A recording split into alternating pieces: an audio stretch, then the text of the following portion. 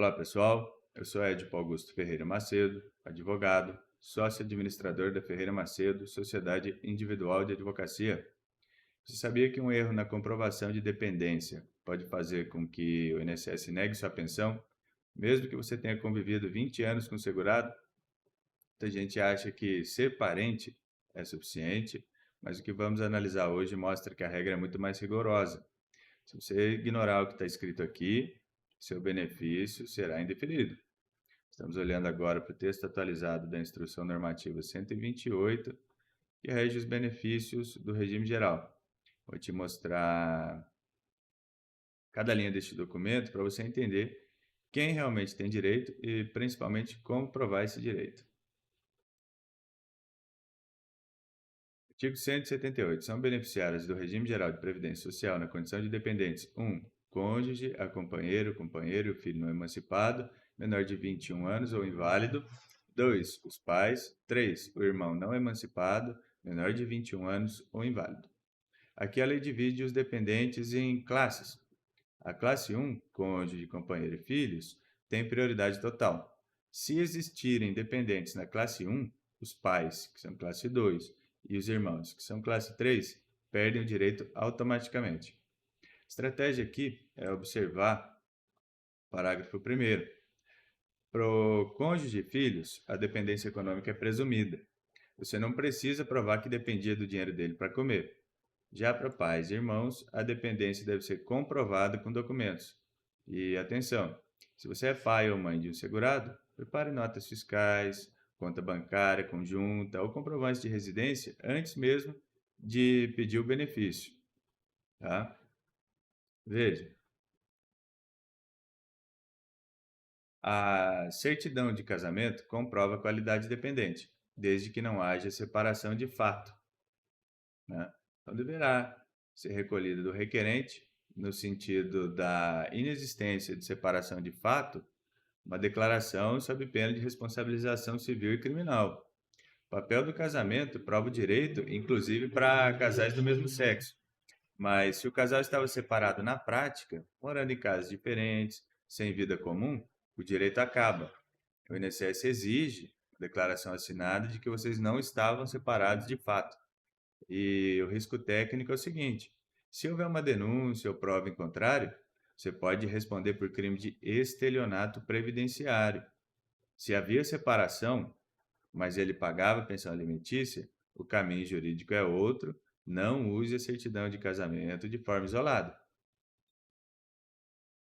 E veja, considera-se companheiro ou companheiro a pessoa que mantém a união estável, configurada na convivência pública, contínua e duradoura, com intenção de constituição de família. Definição clássica do direito civil, né? Será reconhecida a união estável entre um segurado indígena e mais de um companheiro, em regime de poligamia ou poliandria. Para a união estável, não basta namorar, tem que provar que viviam como se casados fossem, né? E há uma exceção importante: para segurados indígenas, o INSS aceita a poligamia, desde que certificado pela FUNAI. Muitos advogados esquecem. Parágrafo 5º, né? Se o seu cliente é indígena, a prova da FUNAI é absoluta e o INSS deve respeitar a cultura antropológica daquela etnia para dividir a pensão entre várias companheiras. Veja, equiparam-se a filho, o enteado e menor tutelado, desde que comprovada a dependência econômica e apresentadas a declaração de não emancipação e a declaração escrita do segurado falecido.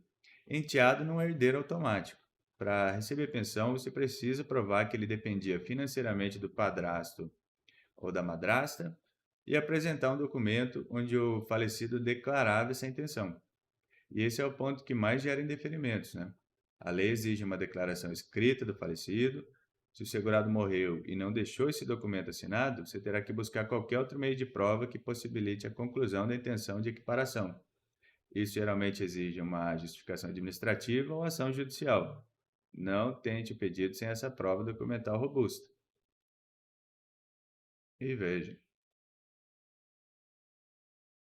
o dependente inválido ou com deficiência terá sua condição de invalidez comprovada mediante exame médico pericial e a condição de deficiência por meio de avaliação biopsicossocial. Não basta ter laudo médico. O dependente passará por duas avaliações: a médica, para aferir a doença, e a social, como a deficiência impacta a vida dele. E veja, olha o parágrafo 9º. A deficiência tem que ter começado antes da pessoa perder a qualidade dependente, geralmente antes dos 21 anos, né? E durar até o óbito do segurado. Se o filho ficou inválido aos 25 anos, após já ter perdido o vínculo com o INSS do pai, ele não terá direito à pensão, a menos que se prove que a doença é pré-existente. Então, o artigo 178 não é apenas uma lista de nomes, é um manual de sobrevivência previdenciária do dependente. A diferença entre ganhar ou perder um benefício está no detalhe da prova, seja a declaração do enteado ou a avaliação biopsicossocial do dependente inválido.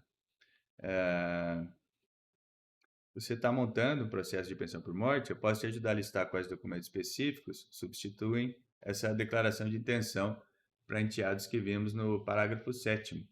Se esse vídeo lhe foi útil, dê um like, se inscreva no canal, compartilhe. Se tiver alguma dúvida, deixe aqui nos comentários e até a próxima.